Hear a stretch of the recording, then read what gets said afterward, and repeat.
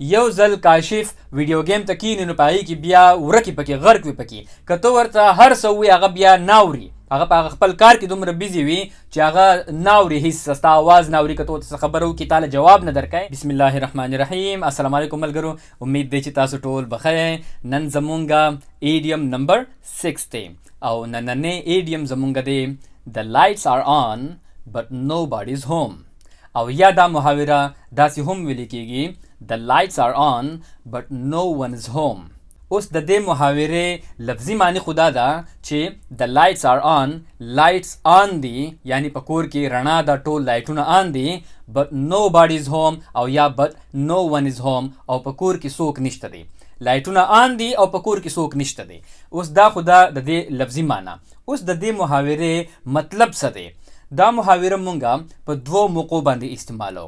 یو موقع خو هغه ده چې کله هم مونږ د یو کس په باره کې خبره کوو او هغه کس ډیر هوښیار نه وي او خلک هغه ته داسې ګوري چې لکه دا یو قسم لا بېوقوف کس دی، یو کمقل غوندې انسان وي، مونږ د هغه په باره کې خبره کوو نو په هغه موقع باندې هم دا محاوره استعمالیږي. او دویمه موقع دا ده چې کله هم یو کس فرض کا په یو کار کې ډوب وي یا په یو سوچ کې ډوب وي او هغه پکې دومره غرق شوي په هغه سوچ کې چې ته د هغه نه څه تپوس وکړې نو یا خو درله هغه د سر اړو څه جواب نه درکوي او هسې به راته ګوګو غوندې ګوري او یا به دله هغه داسې جواب درکړي چې تا به ترېنه سوال یو څه کړی وي او هغه به دله جواب څه بل څه درکوي، ګډې وډې به وایي. نو دغه شانتې په دې دواړو موقعو باندې مونږ دا محاوره استعمالو چې The lights are on but nobody is home.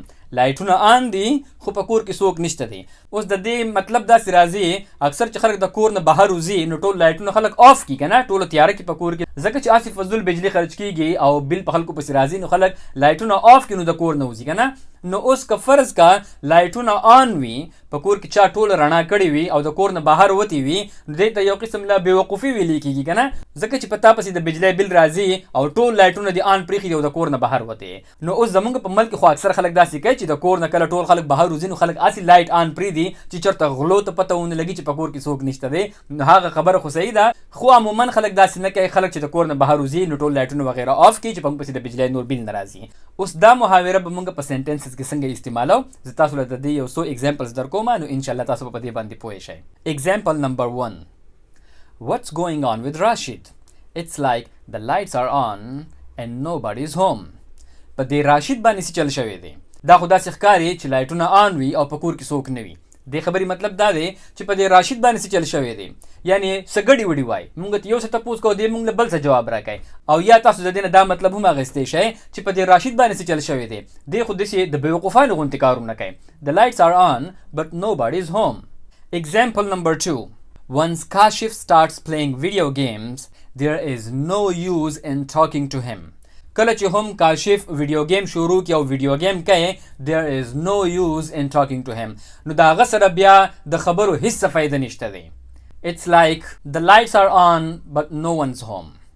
د دې خبرې مطلب دا دی چې یو ځل کاشف ویډیو گیم ته کینی نو په هغې کې بیا ورکې پکې غرق وي پکې، که ته ورته هر څه ووایې هغه بیا ناوري، هغه په هغه خپل کار کې دومره بیزي وي چې هغه ناوري هېڅ ستا آواز ناوري، که ته ورته څه خبره وکړي تاله جواب نه درکوي او داسې ښکاري چې The lights are on but nobody is home.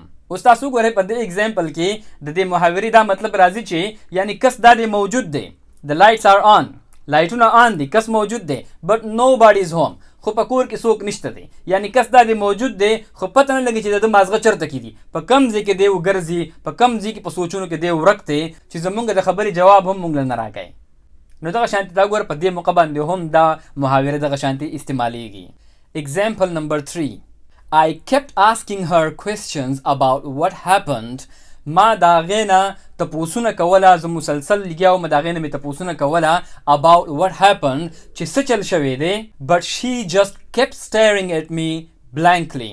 خو هغې ما ته تش کتل، سټیرنګ ویلې کېږي چا ته په یو ناپ باندې کتل چې سترګې دې بالکل مغته کړي، دې ته ویلې کېږي سټیرنګ. بلانکلی ویلې کېږي تش ته، خلک په پښتو کې هم وایي که نه چې ما هغه ته خبرې کولې او هغې ما ته تش کتله نو هغه ما له زما د سوال جواب نه راکوي او دغه شانتې د ګوګو په شانتې ما ته ګوري. It's like the lights are on but no one's home. نو دغه شانتې دا محاوره مونږ استعمالولی شو. نو انشاءالله په نیکسټ سیسن کې به بیا ملاویږو. لایک او شیر د نه هېر نشي او ټول زمونږ د یوټیوب چینل خامخا سبسکرایب کړئ. ټول د خپل ځان ډېر خیال ساتئ. د الله په امان.